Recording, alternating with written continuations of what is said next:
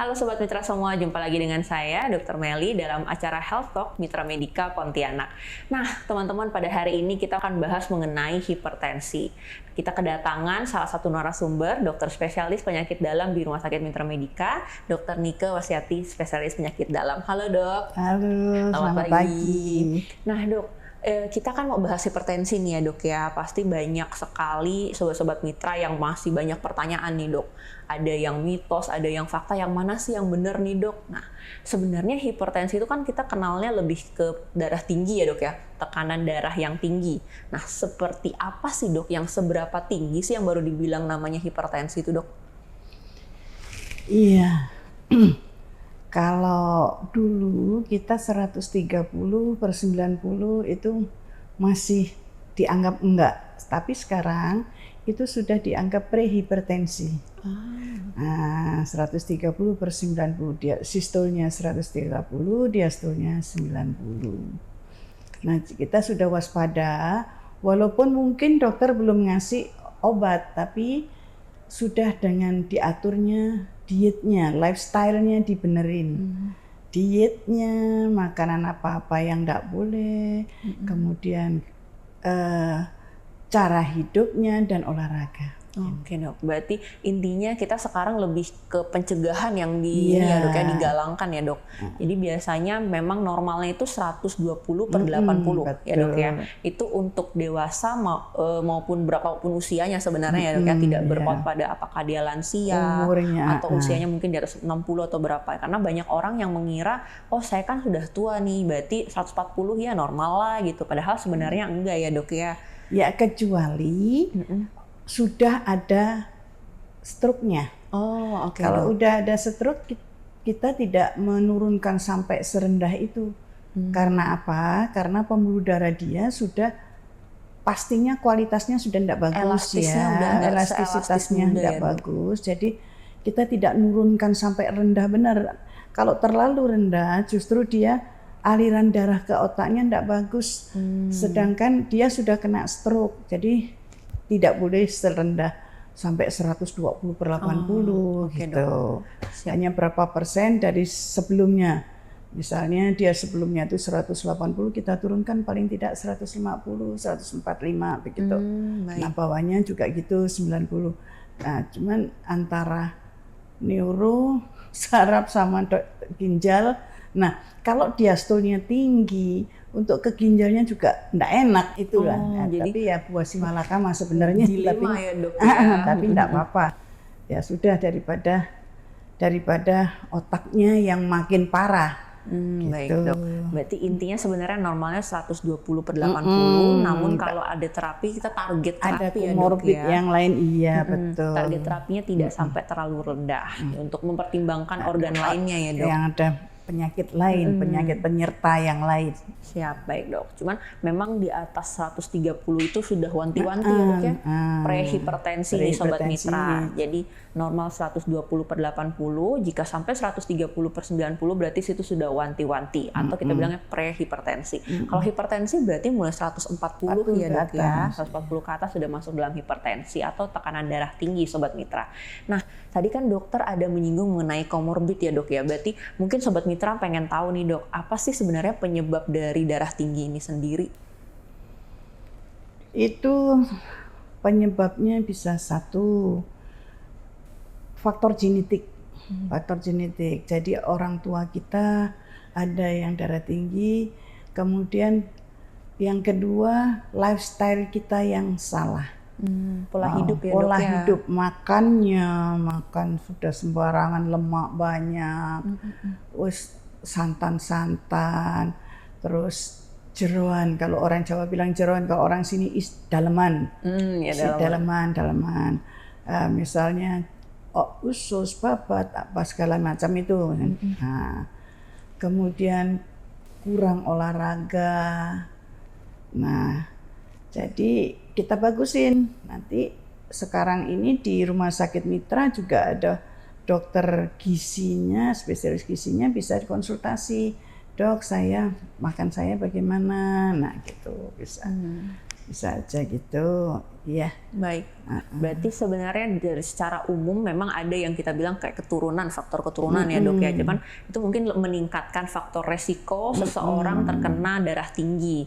Kemudian juga yang lebih banyak sebenarnya mungkin sekarang karena anak-anak muda itu banyak yang makan cepat saji gitu ya dok ya. Minuman bersoda yang banyak kandungan natrium bikarbonat ya dok ya. Kemudian kayak daging merah salah satunya juga ya. Daging merah.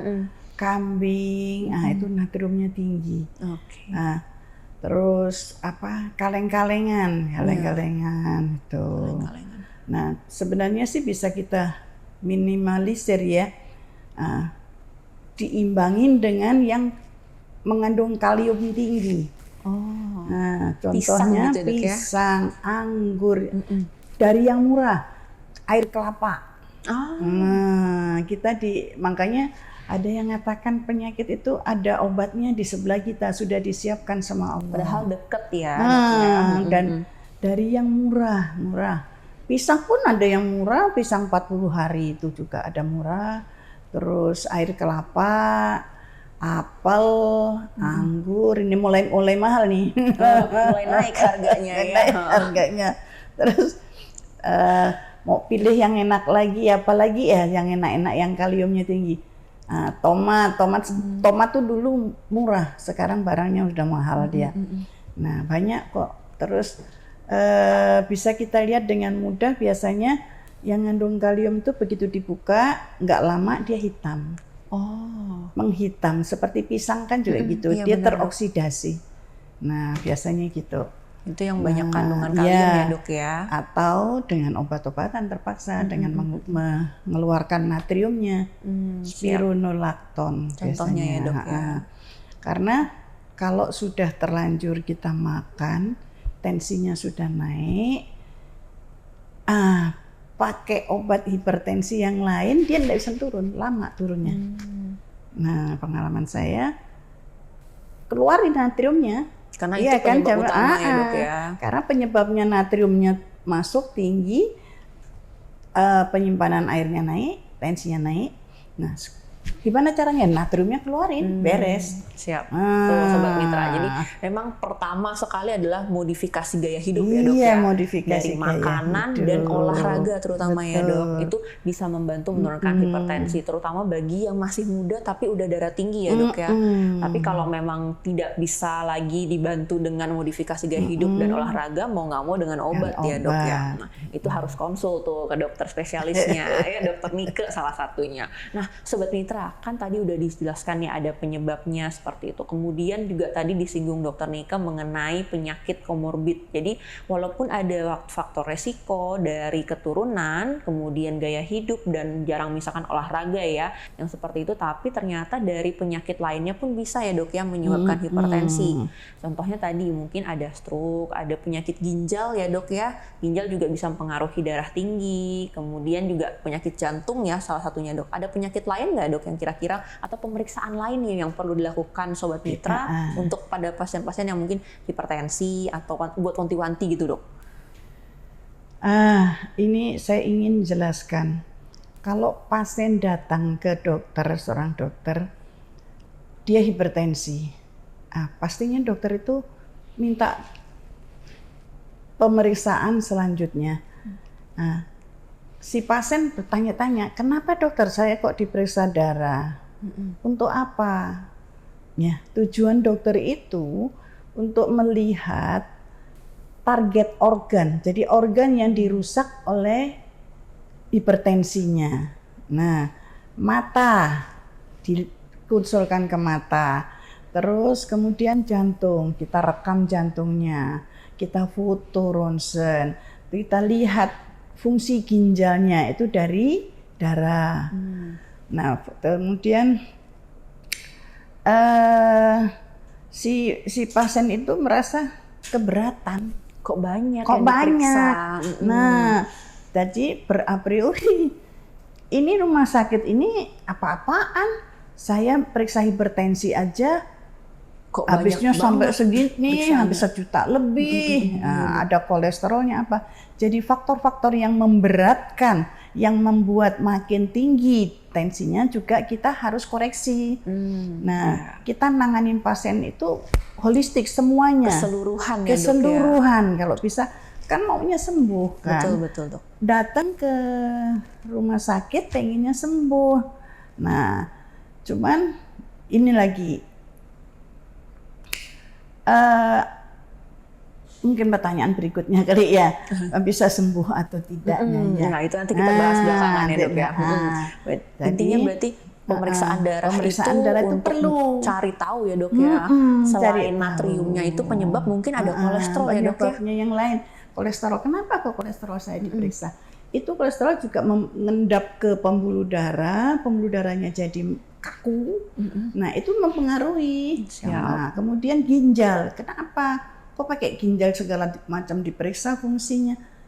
Ginjal itu seperti lingkaran setan. Hipertensi kalau tidak diobatin, tidak ditekan, dia akan ngerusak ke ginjalnya. Bocor ginjalnya, tensinya. Terus kemudian karena ginjalnya sudah ada gangguan, dia mengeluarkan zat renin angiotensin, mungkin Dokter Meli juga ngerti kan?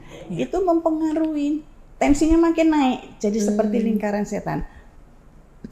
Tensi tinggi, dia akan ngerusak ginjalnya, ginjal rusak, makin mempengaruhi, tensinya makin naik. Jadi beban jantung juga berat ya Dok ya? Jantungnya kerjanya juga keras. Pertama jantung kerja, pompanya keras, tidak diatasin, tidak dibiarkan aja, akhirnya menebal. Tetap tidak diatasin, akhirnya dia melar besar. Terus pasiennya juga gitu. Saya tadinya kuat untuk naik tangga, sekarang nggak kuat, yaitu karena jantung sudah nggak kuat pompa.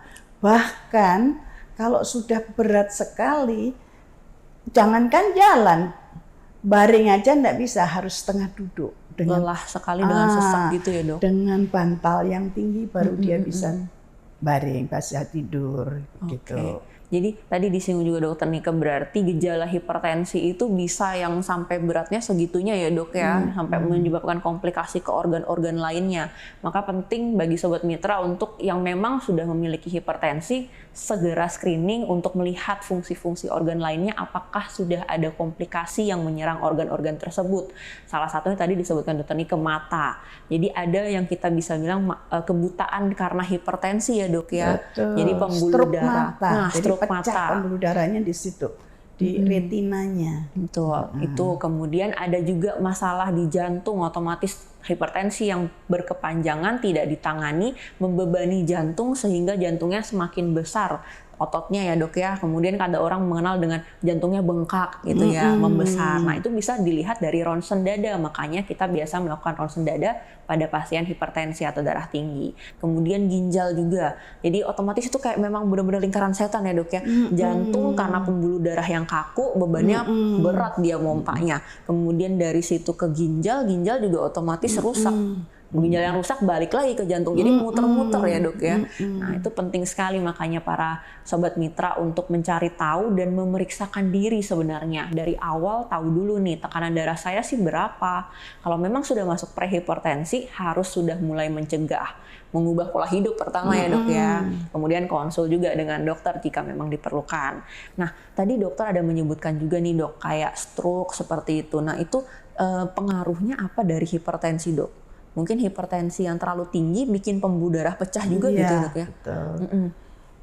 Hipertensi pastinya karena pembuluh darahnya sudah tidak elastis, tebal. Satu, bisa karena sumbatan, kental ya, karena pembuluh darahnya. Bayangkan itu pipa yang tidak mulus lagi, grundul-grundul gitu ya. Darah lewat situ tuh pecah. Darah, sel-sel darah tuh terus nempel sumbet, terjadi gumpalan. Ada ini mungkin bidang yang lain ya Mbak Meli. Jadi stroke-nya stroke sumbatan atau pecah pembuluh darah karena fragilitas, kekakuan pembuluh darah mudah pecah. Terus naik tensinya terus pecah. Nah gitu. Jadi memang hipertensi ini mempengaruhi banyak organ ya Dok banyak ya. Organ. Banyak sekali, karena kita berbicara mengenai pembuluh darah ya Dok ya. Dan sedangkan pembuluh darah itu memang sekeliling kita ya. Nah kemudian dari itu otomatis kan kita juga harus tahu ya dok ya, mungkin selain makanan-makanan tadi ada mungkin yang kita bilang pengobatan hipertensi. Obat hipertensi itu harus diminum setiap hari dan seumur hidup nggak ya dok ya?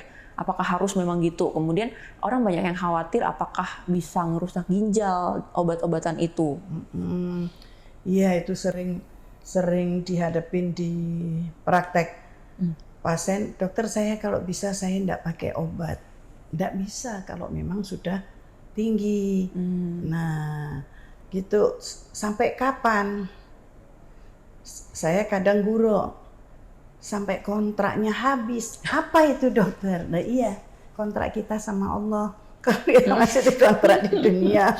Nah, sifatnya hipertensi, obat hipertensi itu kan gini, ini tinggi ya. Dikasih obat tuh ditekan, dia turun. Ya sudah, kalau tekanannya pas ya udah, teruskan aja. Karena begitu tekanannya kita kurangin, naik lagi dia. Tekanannya ini apa? Tekanannya adalah diet, olahraga, obat ini. Nah, teruskan aja. Makanya perlu kontrol untuk ngatur dosisnya. Biasanya saya kontrol pertama 2 minggu. Nah, setelah itu baru sebulan sekali. Silakan gitu. Bahkan untuk membantu pasien, kalau dia ada BPJS, 2 minggu kontrol ke saya, udah pas, kasih obat 1 bulan, berikutnya silakan ke BPJS. Dan BPJS itu cukup banyak obatnya dan bagus-bagus walaupun itu generik ya, enggak apa-apa. Monggo silakan, saya bilang mungkin dosisnya nanti ya, dosisnya disesuaikan gitu. Baik. Jadi selamanya dan terkontrol ya. Nah, karena faktor-faktor dari luar itu sangat mempengaruhi makanan kita atau apa. Kadang lu kok tadinya saya pas loh dengan dosis itu kok sekarang enggak. Nah, karena makanannya mungkin dia berlebih, habis pesta makan sate kambing. Balik lagi gaya hidup ya dok ya. Itulah dapat daging, saya mau nggak dimakan ya makan, enak lagi. Bener dok. Ketahuan nih ya Sobat Mitra ya. Kemudian udah males, udah mager, wah lingkaran perutku jadi agak lebar nih. Nah, itu mulai itu sangat mempengaruhi. Itu pengaruh ya dok ya. Iya. Oke, jadi sebenarnya berarti hipertensi itu penyakit yang memang sebenarnya tidak bisa sembuh ya dok ya. Terkontrol. Tapi target sembuh kita, tapi terkontrol. Tapi target kita adalah kontrol supaya dia tidak terlalu tinggi sehingga menyebabkan komplikasi tadi yang sudah disebutkan. Itulah gunanya kontrol rutin ke dokter. Jadi bukan karena minum obat hipertensi terus jadi rusak ginjalnya, bukan. Justru karena kalau nggak minum obat, hipertensi tidak terkontrol, ginjalnya rusak ya dok ya. Tidak semua obat itu menyebabkan rusak ginjal. Seperti obat hipertensi itu seperti obat diabetes, obat kencing manis juga seperti itu. Pasien sering ngomongnya nanti rusak. Justru kamu kalau tidak diobatin, penyakitmu itu terus berlanjut, nggak lama rusak ginjalnya. Hipertensi juga gitu, merusak ginjalnya. Kencing manis juga begitu.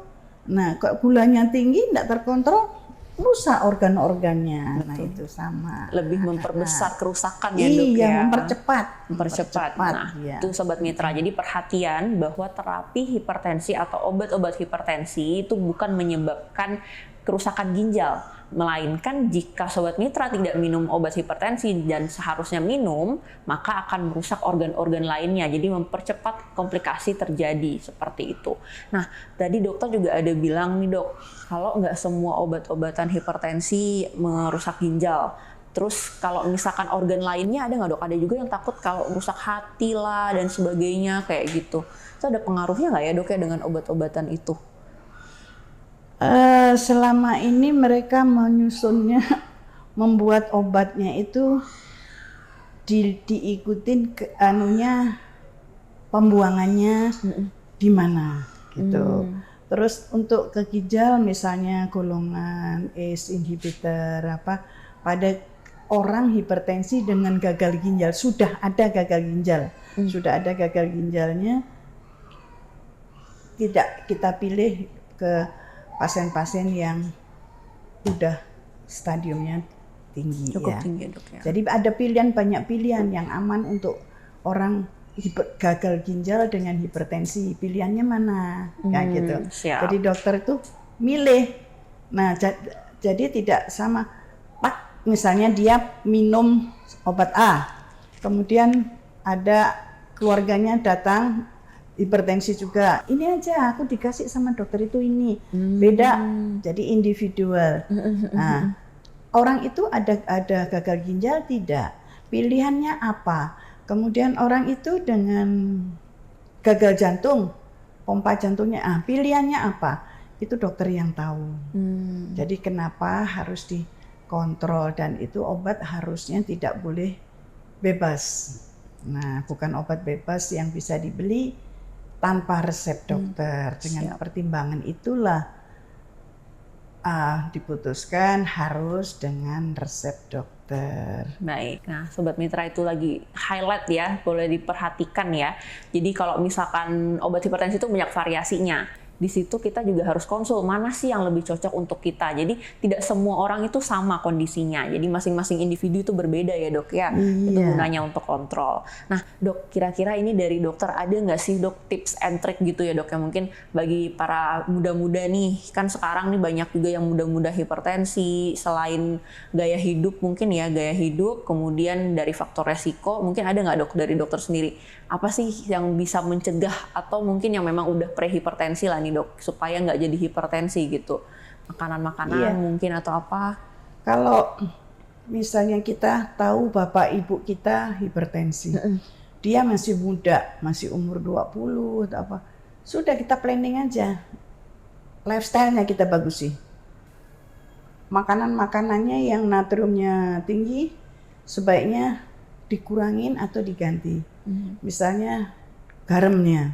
Nah, garam sekarang ada garam untuk orang darah tinggi. Jadi kalau misalnya kita sebagai dokter ya, ketemu pasien gitu, kita dengan mudahnya bilang garamnya dikurangin atau enggak usah pakai garam. Cobaan dulu, coba rasa bagaimana makanan yang sudah pokoknya resepnya tuh resep chef yang hebat deh. Kamu makan tanpa garam, nggak enak. Nanti kalau orang itu digitukan atau dikasih garam dikit aja, nggak enak. Tawar enak gitu sekali. ya dok. Pokoknya nggak bisa masuk orang. Kemudian dia jadi tidak nafsu makan.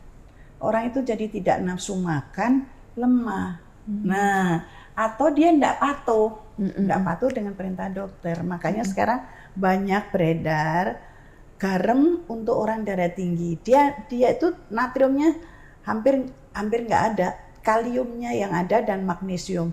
Cuman garam ini tidak boleh untuk orang hipertensi yang ada gagal ginjalnya. Karena dia ada magnesiumnya, ada kaliumnya, itu yang memberatkan sakit ginjalnya. Jadi itulah tadi individual. Ini kan kita ngomong pencegahnya, kalau bisa walaupun kita sudah ada faktor keturunan. Kalau faktor keturunan kan nggak bisa diubah. Nggak bisa kita intervensi. Emangnya mau dibunuh apa? Dibunuh pun udah turun dok ininya, turuninnya. Enggak, kalau mau kawin tanya, kamu hipertensi nggak? Oh nggak jadi. Sedih banget ya dok. Jadi intinya itu yang diubah gaya hidup ya dok. Gaya hidupnya yang kita rubah. Olahraga supaya pembuluh darahnya tetap bagus. Ya kan, makanannya lemak-lemak sebaiknya jangan yang lemak jahatnya ya. Kemudian fast food, kaleng. Banyakinlah makan sayur, buah, makanan sehat. Nah, seperti Hughes itu. Nah, jadi aku makan sehat. Langsing sehat adalah bonus. Nah itu, jadi jangan terfokus, aduh kenapa beratku nggak turun, aduh gimana gitu. Kok biasanya kan turun habis itu flat kan, kalau orang diet itu. Nah jangan gitu, pokoknya aku hidup sehat aja. Fokusnya kalorinya harus hidup segini, sehat gitu ya, dok, ya. Kalorinya segini, bakarnya segini, udah. Boleh konsultasi lagi dengan dokter gizi, boleh ditambah, ada dokter olahraga loh sekarang, Indonesia bagus. Nah insya Allah makin bagus, usia hidupnya itu makin panjang. Siap, dengan masa produksinya makin panjang. Itu yang tujuan kita. Oke, baik dok. Nah, kalau gaya hidup seperti bergadang dok, anak-anak muda sekarang kan banyak begadang, minum kopi, itu bagaimana tuh dok? Warung kopi banyak nanti. Jangan aku dimarahin ya. tahu ukuran lah ya, tahu ukuran. Kalau misalnya sekali-sekali ada tamu, monggo. Tapi jangan terus-terusan, terus main game. Kemudian sampai malam-malam kopi disediain rokok terus. Udah itu bunuh diri. Itu pengaruh ke elastisitas sangat ke elastisitas pembuluh darahnya. Gitu. Itu.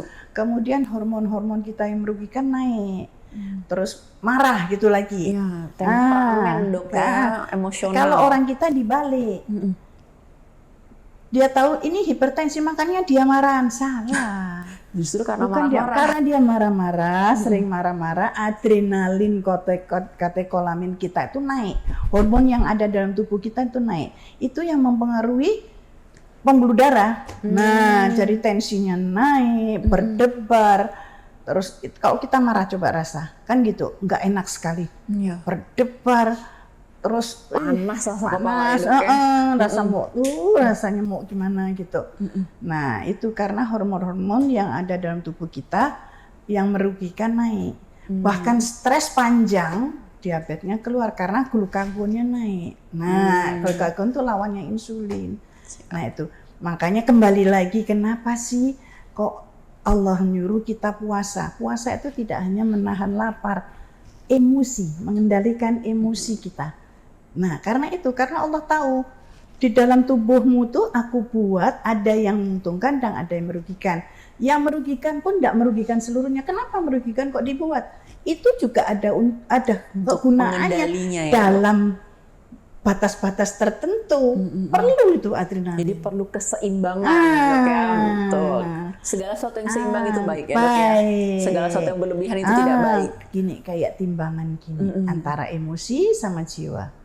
Nah kalau emosinya cerot jiwanya pasti gini. Kalau jiwanya gini badannya pasti terpengaruh. Nggak enak pasti. Nah itu. Baik.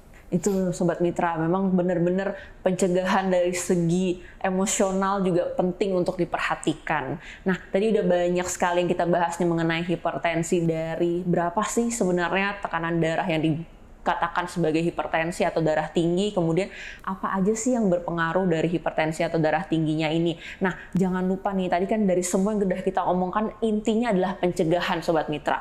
Jangan sampai udah hipertensi nih, udah harus minum obat baru dikonsulkan ke dokter, itu udah terlambat namanya ya dok ya. Jadi kita harus mencegah lebih baik daripada mengobati, seperti kata pepatah ya dok ya. Nah ini kan kita ada nih banyak sekali dokter penyakit dalam di Mitra Medika, banyak banget nih dok, dari yang pagi, siang, sore nih dok. Nah kalau dokter Nika sendiri nih dok, jadwal dokter kira-kira kapan nih ya? Dokter sobat-sobat Mitra kan pasti penasaran nih dok. Ini dokter Nika nih kayaknya bagus nih untuk kita konsultasi, kapan bisa pergi nih dok? Kapan aja dok praktek dokter dok di Mitra? Dokter nggak boleh mempromosikan ya. Iya, untuk jadwal aja dok, info buat Sobat Mitra dok. Jadwal di Mitra jam 8 sampai jam 10 pagi. Baik. Kemudian rawat inapnya juga ada di sini di Mitra Medika. Saya rawat inap hanya di Mitra Medika karena itu tadi kita harus seimbang. Untuk kesehatan kita sendiri juga harus diperhatikan. Jadi jangan terlalu ngoyo. Kalau sudah ada rezeki ya sudah Allah yang atur, nggak akan salah. Siap. Nah Sobat Mitra, berarti kalau mau ketemu dokter Nika di Poli, ketemu dari jam 8 ya dok, setiap hari dok? Setiap Senin hari sampai Sabtu kecuali ya, dok? tanggal merah. Iya, tanggal merah jangan istirahat ya dok ya. Betul. Jadi Sobat Mitra jangan sampai ini ya, jangan sampai khawatir nggak bakal ketemu dokter nih. Dokter Nika ada dari Senin sampai Sabtu Sobat Mitra, dari jam 8 sampai jam 10 ya dok ya. Bisa daftar, bahkan bisa daftar online Sobat Mitra, boleh dicari tahu nanti di sosmed-sosmednya Mitra Medika banyak sekali. Nah itu dok ya, dokter ada nggak pesan-pesan lagi nih dok yang mau disampaikan sebelum kita tutup mungkin ya dok ya, untuk para Sobat Mitra? Ya, nomor 1, sekarang banyak kok pendidikan lewat YouTube apa gitu ya. Kalau dulu memang karena tenaga dokter kurang, mantri pun juga praktek ya. Jadi begitu datang kasih obat selesai. Nah sekarang banyak dokter juga banyak info-info dari yang benar ya, dari internet, bagaimana penyakit ini apa, anunya apa, nah gitu. Jadi jangan berprasangka buruk pada tenaga medis atau dokter. Kenapa kok harus aku diperiksa? Kalau aku ke dokter Nike itu habisnya banyak sekali. Saya di puskesmas di sana tuh langsung dikasih obat satu. Yang kedua, saya sudah periksa nih dokter, mana. Tapi enggak saya bawa, katanya dokter sana sudah normal semua kok. Tapi sekarang masih terasa nggak enak. Iya masih ada keluhan. Nah berarti kan saya harus periksa. Saya harus cari lagi ya, Dok, ya. Dengan keluhan ini penyakitnya tuh banyak. Ini seperti komputer nih. Begitu ada keluhan ini pencet penyakitnya kemungkinan ini. Nah saya harus tindak apa? Ini. Lah kamu nggak mau. Jadi dokternya tuh diikat. Terus sudah obatin. Nanti aku jadi dukun enggak ya? Nah itu kadang ini dokter saya bawa, coba aku lihat, Masya Allah tahun kemarin udah kelewatan tuh Sobat Mitra. 1 bulan yang lalu. Nah kenapa seperti periksa jantung itu ada tanggal dan jamnya. Nah tanggal dan jamnya sekarang berubah beda. Keadaan kemarin, keadaan sekarang itu beda. Nah, dokter ini kenapa sih kayak kalau saya kesini selalu direkam jantungnya? Ya itu. Karena berbeda ya dok ya, perubahan. Berbeda. Kita harus hati-hati. Karena kalau kita kelewatan, aku udah periksa loh sama dokter Nika, aku sudah periksa loh sama dokter Penny dan lain-lain. Aduh, nggak enak rasanya. Intinya pemeriksaan harus yang lebih update ya dok ya. Tekanan darah aja pagi, siang, malam bisa berubah-berubah ya dok ya. Percaya deh sama dokternya. Dokter tidak akan mau mencelakakan pasiennya. Siap. Nah itu Sobat Mitra, jadi penting sekali untuk kontrol ke dokter penyakit dalam untuk masalah hipertensinya. Dan kontrolnya nggak hanya 1 kali Sobat Mitra, jadi kontrol 1 kali kita akan lihat lagi efektivitas dari obatnya atau terapinya, apakah sudah tepat. Jika belum kita akan mencari sampai yang tepat seperti itu. Ada komplikasi nggak, ada side effect. Jadi langkah-langkah pengobatan dokter itu, begitu pasien datang, periksa, diagnosa yang tepat. Nomor 1 diagnosa yang tepat. Pilihan obat yang tepat. Kemudian suruh kontrol untuk melihat kemajuannya. Keempat, awasi efek samping dari obat. Nah itu kegunaannya kontrol. Nah, bukan karena cari duit, 3 hari sekali, enggak. Tidak. Jadi misalnya minimal saya seminggu, kalau itu sudah benar-benar, bahkan ada yang nggak mau opname karena terbatas, kita muter otak. Gimana supaya orang itu bisa teratasi, terpantau juga ya, teratasi dan ya udah kontrol. Setelah habis obat ini 5 hari atau 7 hari kontrol sini. Nah, udah terpaksa itu harusnya opname karena saya bisa ngawasin tiap harinya. Nah, opname juga gitu, itu ada indikasinya, ada pilihan pasien mana yang harus diopname, gitu. Mana yang harus dirawat jalan, mana yang harus rawat inap. Baik. Nah, gitu ya. Oke, jadi Sobat Mitra itu tadi ya, untuk hipertensi kita panjang nih pembahasannya, memang sangat menarik sih dan memang sangat kompleks. Nah, pasti masih banyak pertanyaan dari Sobat Mitra. Nah, itu pentingnya Sobat Mitra bisa datang ke Mitra Medika untuk tanya lebih lanjut. Nah, jadi kita ini hanya preview nih Sobat Mitra. Menarik kan hipertensi itu, dan memang merasa perlu nggak sih Sobat Mitra untuk ngecek? Saya sih kalau saya sendiri saya perlu sih mengecek nih ya. Walaupun memang sebenarnya mungkin keluarga nggak ada ya faktor keturunan, tapi hidup sekarang makanan kita nggak tahu ya dok ya, banyak sekali makanan cepat saji yang juga menjadi faktor resiko hipertensi, terutama di usia muda. Nah, tadi Dokter Nika sudah menjelaskan jadwalnya. Nah, kemudian juga jangan lupa ubah pola hidup untuk pencegahan. Itu yang paling penting, yang paling kita highlight ya dok ya, yang kita galangkan itu adalah pencegahan.